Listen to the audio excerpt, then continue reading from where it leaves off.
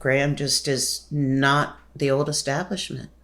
He's willing to talk to people. Yeah. And he's a veteran. I like that. He knows what a hard fight is. He's been at war. I mean, it's got to be harder than going to Congress.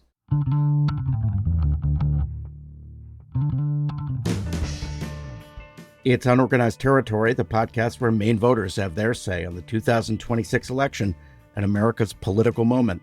I'm Jay Field. It's Thursday, April 23rd.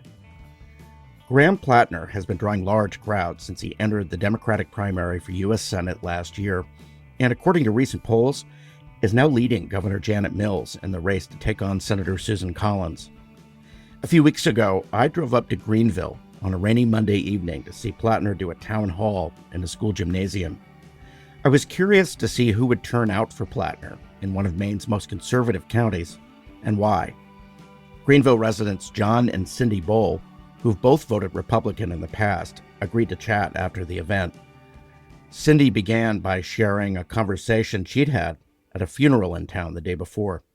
Standing next to a local business person, and this person said, "I want you to know when you were on Facebook, I agreed with everything you said, but I can't say that in this town." Two business owners have physically said that to me, that I cannot disagree with Trumpers or say anything anti-Trump or agree with you on anything.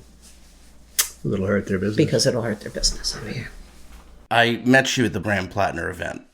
There were, 50 people in there, something like that? Yeah. Yeah, 75, yeah, probably. Did that surprise you? Kind of did.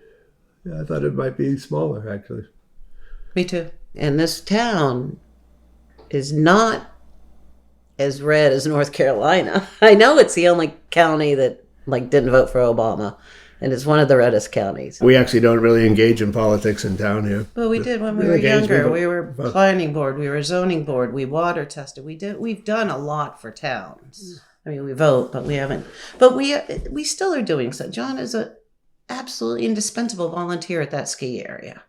He gets there before the lifts open and shovels the place and sands the place and helps them clean chairs off and he rebuilt the whole lodge for free.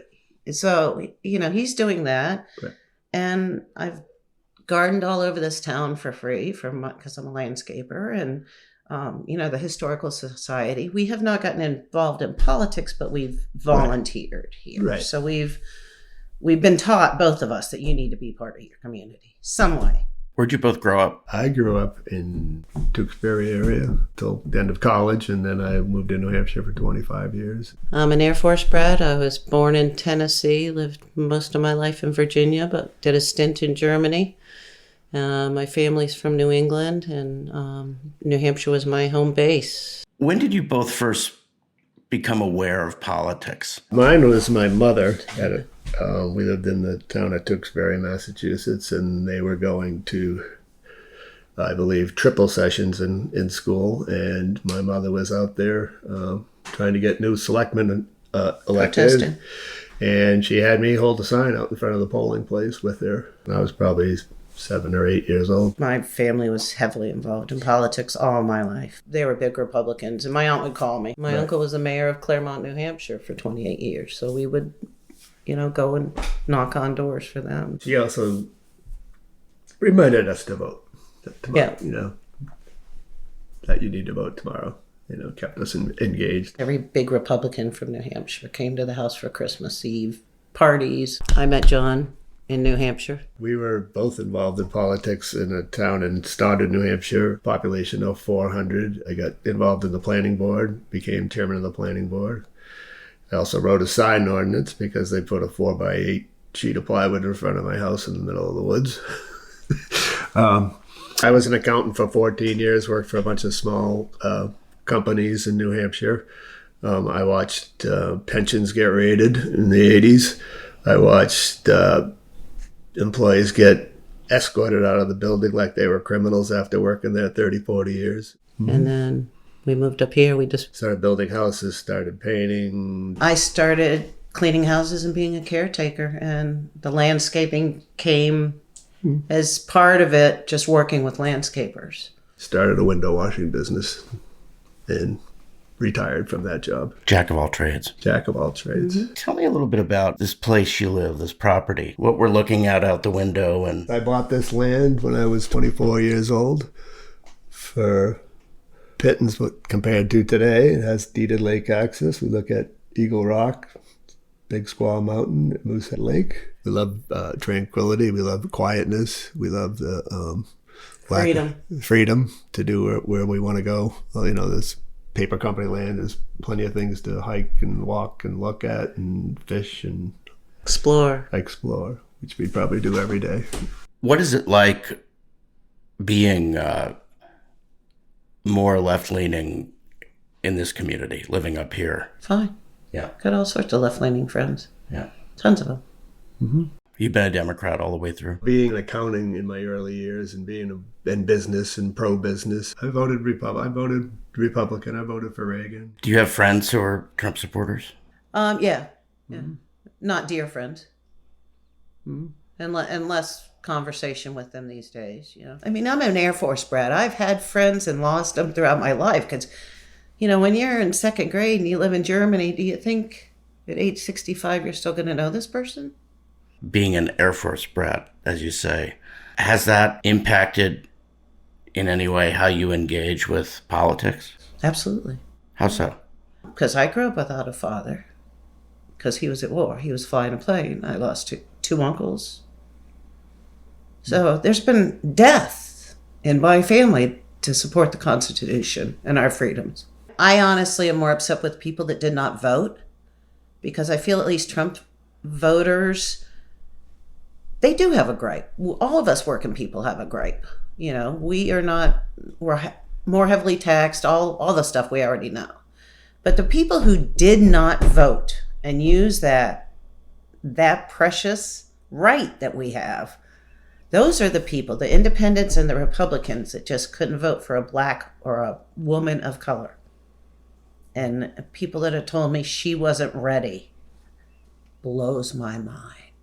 I have no sympathy for that. Vote. I don't care who you vote for. Vote. There's just no excuse not to. Unless Trump makes it illegal. You worry about that? I consider it, yeah. I mean, he's got a lot of different angles, and he's gotten away with a lot of things that are illegal. I'm calling Sailors and Collins almost every day. All of my representatives are on speed dial. Absolutely.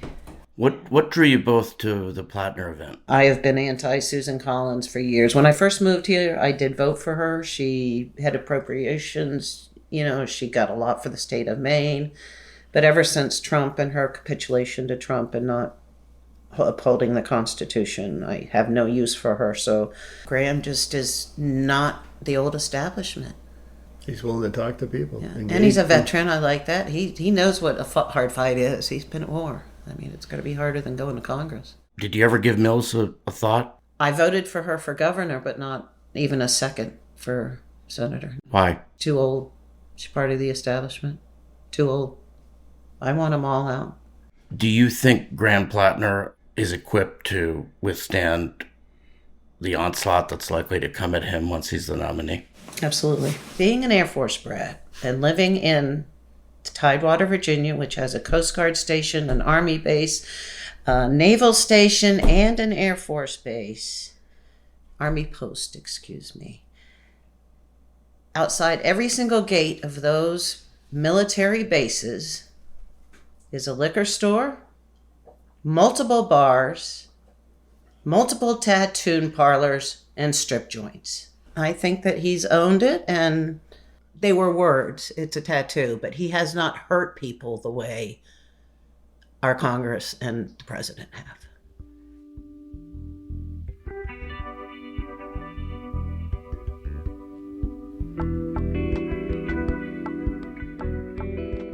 Unorganized Territory is edited and produced by me. Sumner McCain wrote, recorded, and produced the music heard in today's episode. Unorganized Territory is building an audience on Substack. Subscribe for free. Share the show. Shout us out on your socials. Let us know what you think. And pledge to support us when we shift to a paid subscription model. You can also listen on Apple, Spotify, and other major podcast platforms. Unorganized Territory is a production of Waldo Station Media. I'm Jay Field. Thanks for listening.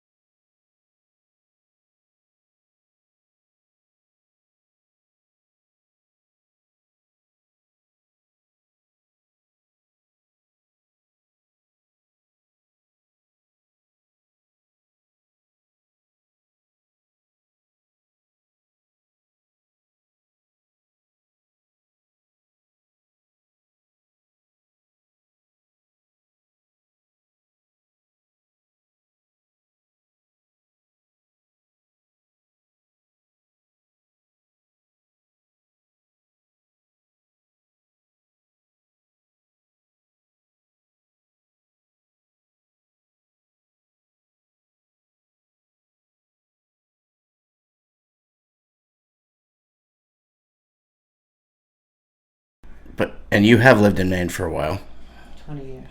so you've seen how resilient Susan Collins has been. Yeah. What a strong base of support she's had in the state. But just like when they put Sarah Gideon, how in Maine are you going to put up somebody from Rhode Island to?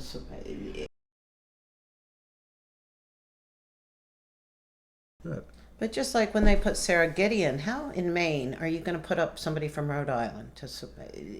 Do you know Maine at all? If you don't pick a Mainer to represent you somewhere, then you've just lost. The first thing, Sarah Gideon, where's she from? Rhode Island. I'm like, well, she's never going to win, but let's try. Mm-hmm. Right. Graham's from Maine. She's from away. Yeah. You're from away. From away.